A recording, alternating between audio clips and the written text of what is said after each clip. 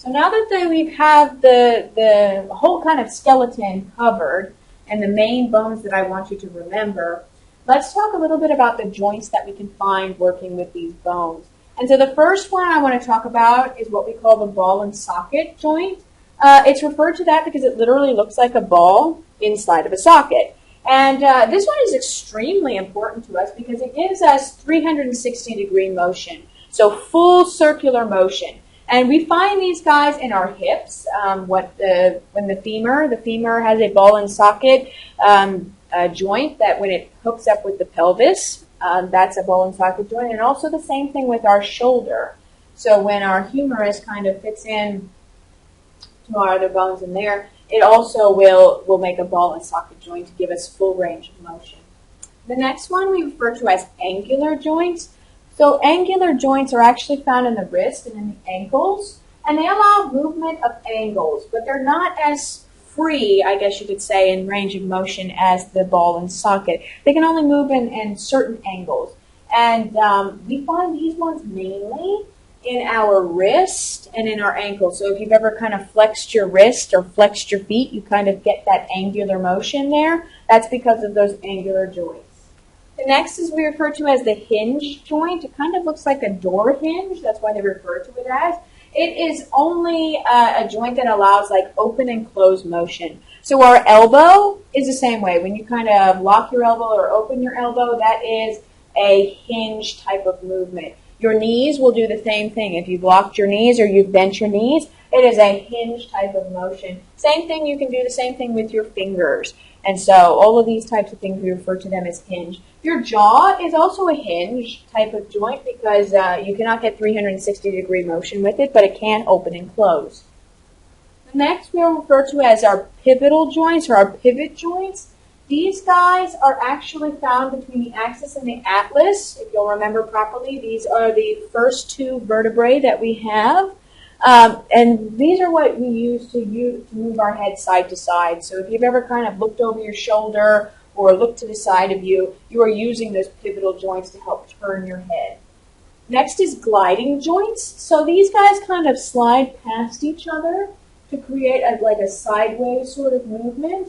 And usually we find this happening within our carpals and our tarsals. So in the wrist kind of region that we have, they can move side by side, and also in our ankle, they can kind of move side to side.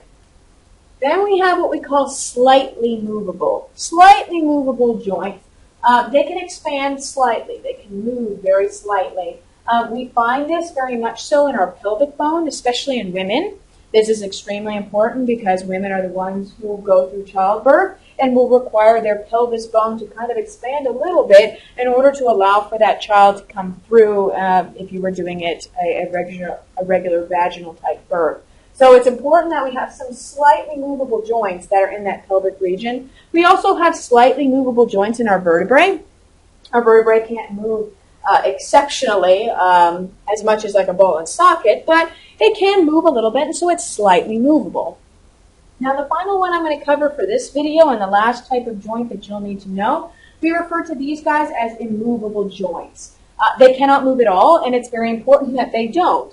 One of the brilliant examples of what we use for these are our sutures, kind of those joints within our skull. So it's important that all of the bones that comprise your skull do not move for any reason. If that was the case, if they could, then you could maybe just like pop out one of the bones out of your skull and tickle someone's brain. And we would definitely not want to do that. So it's very important that our sutures that are connecting all of our bones are considered immovable joints because they do not open. Many of us know that we have tendons and ligaments, but we sometimes forget which one goes to which. So tendons are always classified as connective tissue that connects your muscles to your bones. So that's kind of where those points of where our muscles attach, so to speak, to our bones, we call those tendons. And in order to attach our bones to bones, which we see a lot in like the kneecap, which is why you see that picture there, we use what we call ligaments. And you guys know already, when you pull tendons or you pull ligaments, they are very painful. A lot of athletes actually suffer from this. partly from overuse with sports and whatnot. Oftentimes they'll pop their various ligaments, like their ACL or something like that, that can cause an injury. We also have another type of connective tissue I want to talk about, and this is articular cartilage. This is different than the hyaline cartilage I was discussing earlier when I said this is like the strongest cartilage that we have.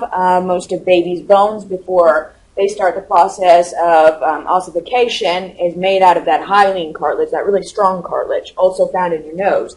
But we have a different type of cartilage too. We have what we call articular cartilage, and this is the cartilage that is found on the ends of many of our long bones that you see. You kind of see like a layer of this cartilage. If any of you eat chicken or fried chicken or baked chicken or whatever, usually when you pull off a drumstick, if you kind of peel back some of the skin and some of that breading and coating, you're going to kind of see on the end of your drumstick this cartilage area on there. And that's the same thing as like what we see kind of in our bones, that articular cartilage that more or less just kind of cushions some of that bone-to-bone interaction that's happening. You really don't want your bones to be grinding one another. If they grind one another, first of all, it's going to be very, very painful. Second of all, you're going to kind of start wearing down those bones, and we definitely don't want to do that. So we have articular cartilage in between our bones so that we don't get that grinding effect. Now, if your articular cartilage starts to break down over a period of time, it can kind of cause this disorder that we know as arthritis. Some people suffer from this greatly in older age, and so that's kind of, usually arthritis is the attack of that articular cartilage, the breaking down of it. Our bursa. So our bursa is kind of, it's like a fluid-filled sac.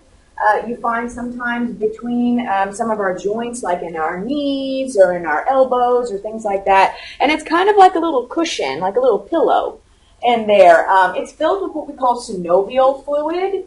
And some people, this can sometimes get infected or get agitated or things like that. And when that happens, it's known as a disorder called bursitis.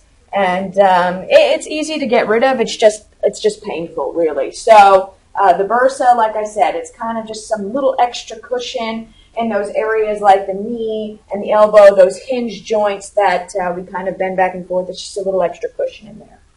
All right, so let's talk a little bit about the injuries. I have kind of a gruesome picture up here of one of the football players. But we have different types of injuries that can happen to our skeletal system. The first and probably the most common that people have experienced are called sprains. Now, sprains oftentimes are the stretching or the tearing of ligament tissue.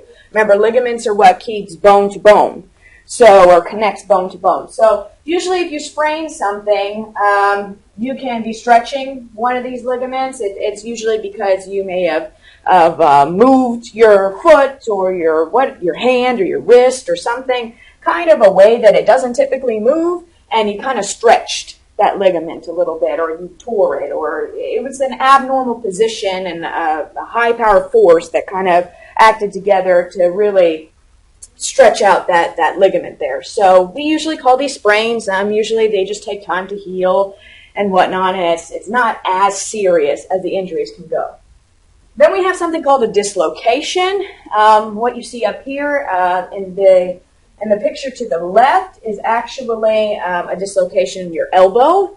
You can obviously tell the dislocation in the right where that's taking place. And it's really just kind of taking out the bone from where it would normally fit in on the joint. So they say it's a disruption of the integrity of the joint.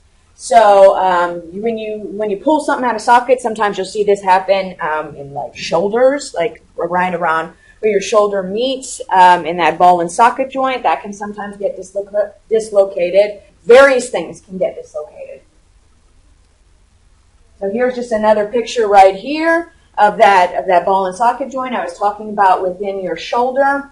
On the left is the normal shoulder that you can see how it fits in there perfectly. And on the other side, you see that dislocated shoulder where literally the humerus is just popped out of the glenoid. So if this happens, usually what you'll see is people's arms and legs just kind of like dangle there. There's not really a way of us to kind of move it again unless we pop it back into joint. So very painful. I wouldn't suggest anybody trying it. Then that comes to what we call simple fractures. These are what we usually know to be broken bones, typically when we think about it. The fracture, you fracture the bone, meaning you break the bone, but it doesn't necessarily puncture our skin. So you don't like see the bone come through your skin. That does happen in another case, which we'll see in a second. But just regular broken bones, we know it's broken, but we don't actually see the bone coming through our skin. And when that takes place, we call it a simple fracture. All right, compound bones. Now that's the one that I told you, you do see it coming through your skin. So if you were to break your bone and the bone were literally to puncture out of your skin, we call that a compound fracture. And these ones are probably the worst out of the types of fractures that you can get. I highly don't advise anybody to try and do any stunts that would cause such things because they are very painful, as you can kind of see from those pictures. The last one that I want to tell you about is what we call green stick fractures. Now, green stick, this is a fracture that doesn't necessarily break completely, just kind of like what we saw with the simple fractures. It doesn't break the bone completely. It just kind of adds like a crack in it, or it kind of like moves it to a place where it's really not supposed to be. It bends it somewhat, but not to the point of full breakage, just kind of like a cracking effect of it. That is green stick, and the reason I call it that is because if you've ever pulled a leaf off of a tree, a green leaf, not a dead one, a green leaf off the tree, if you play with the stem, you'll notice that it's really bendable, but if you kind of bend it too far, it starts to kind of get a little like a sliver of a crack in there. And that's kind of what we think about when we say our green stick fracture. Usually we see this happen in like arms and various things like that, like you see here on the screen, but it is still very, very painful, and most people will still need to get a cast put on there and whatnot. So that is kind of it out of the injuries that you'll be responsible for knowing, as well as all of the different types of connective tissue and various stuff like that. If you missed any other parts in your notes, please just go back and look at my other videos. I have them up right now on the website. If you have any questions, just remember my tutorials and come and see me.